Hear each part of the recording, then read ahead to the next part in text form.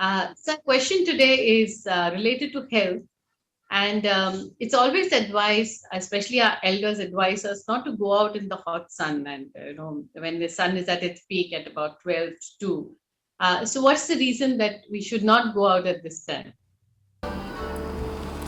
Yeah, 12 to 2 noon Right.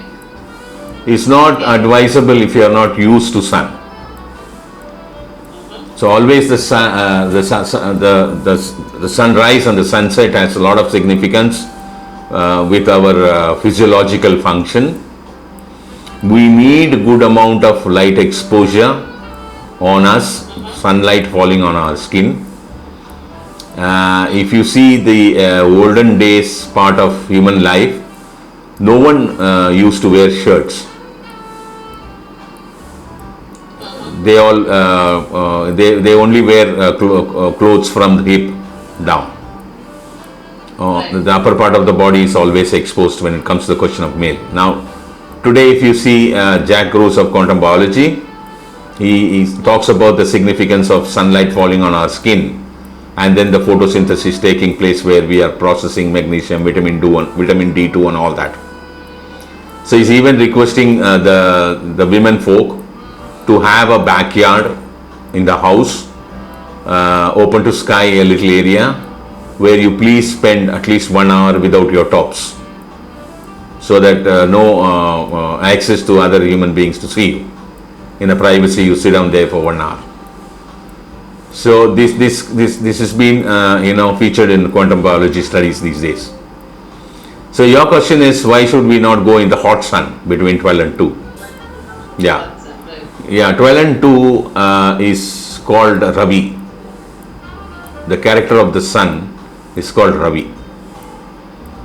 There are three characters for the sun. One is Kadiravan, that is from sunrise to 12. Then Ravi, 12 to 2. Then 2 to sunset is Suryan. So these three characters joined together is in Tamil called Nyayiru. Okay. But whereas in Hindi they call it as Ravivar. Okay. Ravi is a character. Why? Because these three different characters of sun, there is a variation in chemistry. The ancient Tamil heritage have studied this very, very, very vividly. So sun, what's happening? The fusion is going on. The fission is going on. All the time the fission is going on. So there's so much of nuclear blast is happening. Heat and energy is exposed. So finally when the sunlight comes to us, it carries a lot of proton. Okay. Proton is a part of atom, right? So protons are one which comes and hits our plants and the photosynthesis takes place, comes and hits us, the photosynthesis takes place. In modern science so far, in the atomic science, they have studied only proton. They have not studied various types of proton so far, which they may be doing it in future. The ancients have done it already. The different chemistry of these three timings of the day is because of the variation in proton, different types of proton. So the protons come between 12 and 2 is not good for us. Suppose if you are used to it, if you are a person who is working day in and day out under the sun, but if you carefully look at them, look at the agricultural areas and all that, they all start very early at 4:30 in the morning. By 11:30 they finish off their work. Right. Then they come to the shade.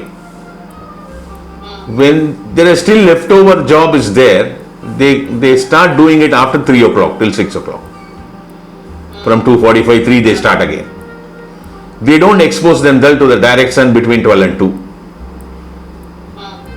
Because their elders were practicing it, they have practiced it in such a way. Right. Whether they may know the science behind it or not, which I don't know. They are very clever enough. They rest it off by 11:30. Because they've been working 7-8 hours continuously. They need rest. They need rest. So they have lunch by about 12:31 and then they start by 2:33 after taking some rest. So this is why the people are being requested not to expose yourself to the sun between 12 and 2. 12 and 2, if you see the sun is 90 degree right on top of your head,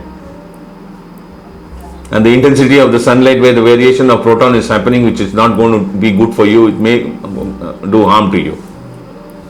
So there are photosynthesis at that time with contacting skin cells contacting the sun, may create components which are not needed for us, which will burden our biochemistry.